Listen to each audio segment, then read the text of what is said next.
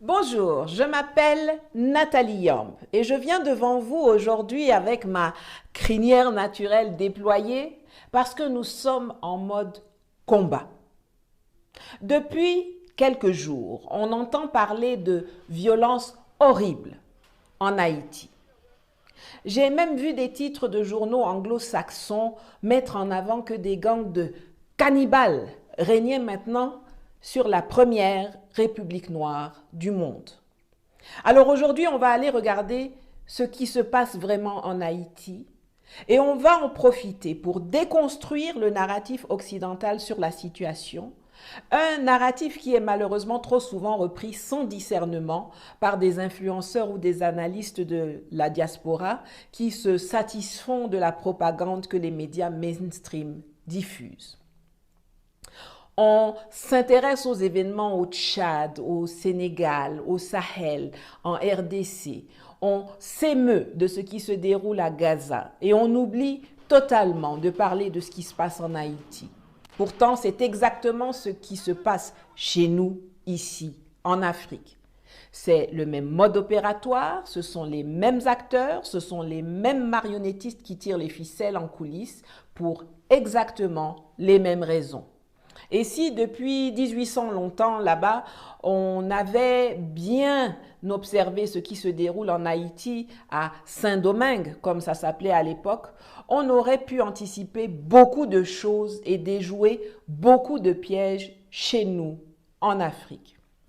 Il y a quelques jours, on a vu le premier ministre, que l'on devrait plutôt appeler le premier sinistre de Haïti, Ariel Henry, se rendre au Kenya pour rencontrer un autre élément nuisible, à savoir William Ruto, le président kényan, afin de signer les accords qui devraient permettre aux troupes kenyanes de débarquer sur l'île pour y jouer aux policiers, ou plutôt pour devenir le cache-sexe noir d'une invasion étrangère diligentée par les États-Unis, le Canada et la France, la trinité maléfique qui a tout mis en œuvre systématiquement depuis des décennies et même des siècles d'ailleurs pour que l'État haïtien implose aussi sûrement que l'État libyen en 2011.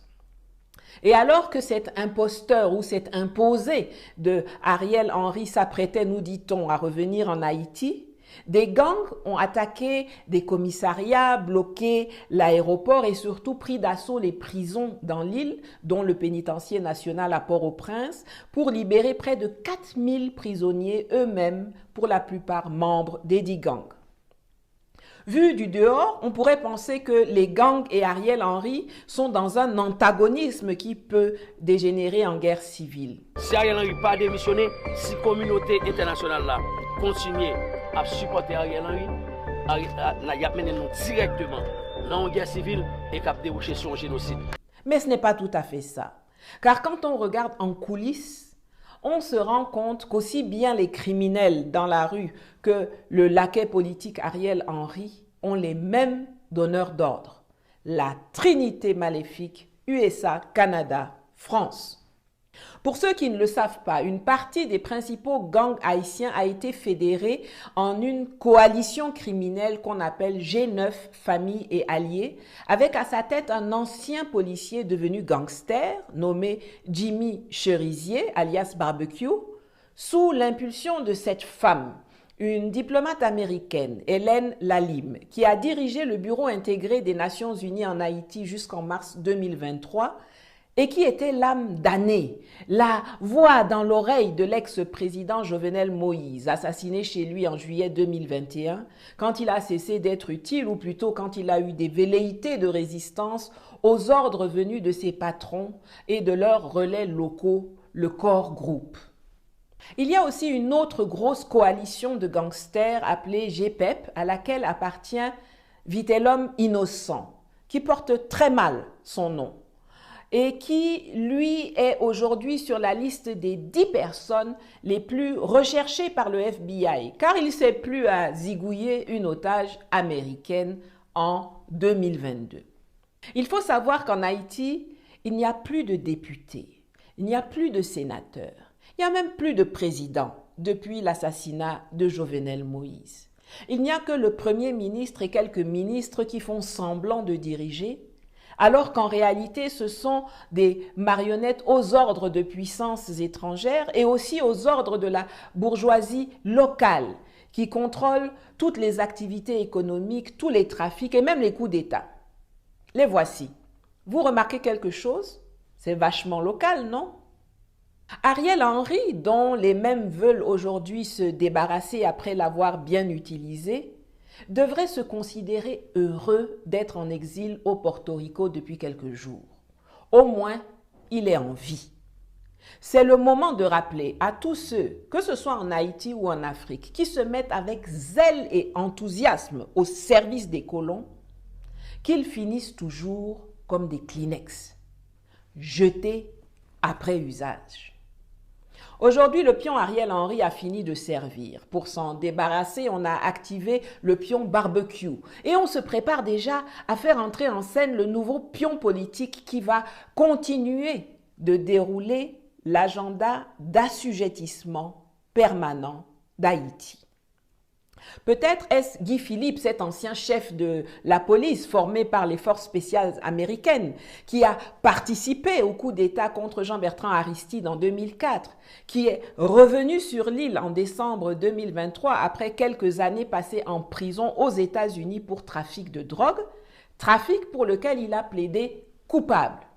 Depuis 3 mois qu'il est revenu sur l'île, il bénéficie déjà des services d'un groupe paramilitaire. Ce n'est pas un fait nouveau que les États-Unis placent d'ex-dealers de drogue à la tête d'États étrangers. Ils l'ont fait au Nigeria avec Bola Tinubu, il n'y a pas de raison qu'ils ne le fassent pas en Haïti. D'autant plus que les marionnettistes, les tireurs de ficelles qui sont à l'œuvre aussi bien en Haïti qu'en Afrique utilisent toujours les mêmes mécanismes. Premièrement, des hommes politiques vassalisés. Deuxièmement, des intellectuels aux ordres en attente de visa, de financement ou de reconnaissance occidentale. Troisièmement, des voyous, des rebelles, des terroristes ou des gangsters armés pour déstabiliser les États et semer la terreur parmi les populations. Quatrièmement, des armées nationales affaiblies, mal formées, mal équipées ou même inexistantes. Cinquièmement, une intervention militaire étrangère. Sixièmement, un ou plusieurs États voisins sanctuaires. Septièmement, une communauté régionale au service des puissances occidentales et non des États et des populations de la région concernées. Huitièmement, l'utilisation de la dette ou de l'aide comme un instrument de coercition.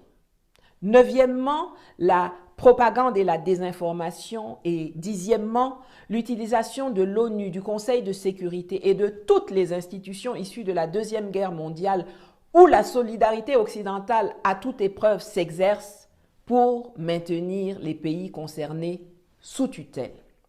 Voilà 10 points que je viens de vous citer. Et si vous les regardez, vous verrez que le mode opératoire est exactement le même en Haïti qu'en Afrique.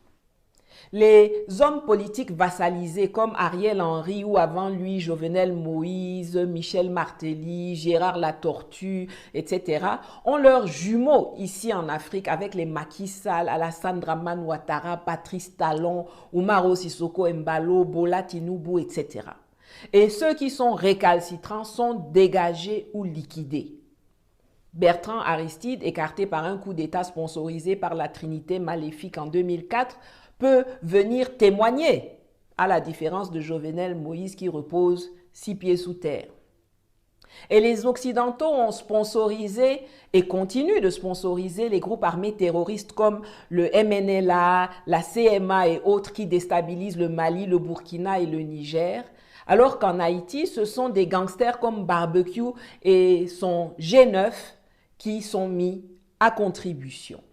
Les accords de défense et de coopération militaire de plus de 60 ans avec la France ont résulté en des armées africaines totalement démunies, déstructurées, sous-équipées, qui étaient et qui sont encore pour certaines d'ailleurs la risée du monde. En Haïti, ils ont carrément dissous l'armée depuis 1995. Les USA ont décrété que l'armée ne servait à rien, que de toute façon, eux, ils sont juste à côté et que la mise en place d'une police était suffisante pour Haïti. Et c'est comme ça qu'on se retrouve avec zéro armée, des forces de police sous-équipées et des gangsters suréquipés qui peuvent se permettre de gaspiller leurs munitions en tirant en l'air à tout va pour effrayer les gens ou pour abattre des dizaines de policiers sans souci, alors que ceux-ci sont obligés d'économiser leurs munitions. Au niveau des États sanctuaires, c'est la République dominicaine qui sert de lieu de repli des déstabilisateurs et de passage pour tous les trafics pour armer les gangs haïtiens. Tout comme à l'époque, quand la France voulait à tout prix installer Ouattara à la tête de la Côte d'Ivoire, c'est le Burkina Faso de Blaise Compaoré et le Mali de Toumani Touré et de Choguel Maïga qui servaient d'État sanctuaire aux milices armées de Guillaume Soro pour chasser Gbagbo.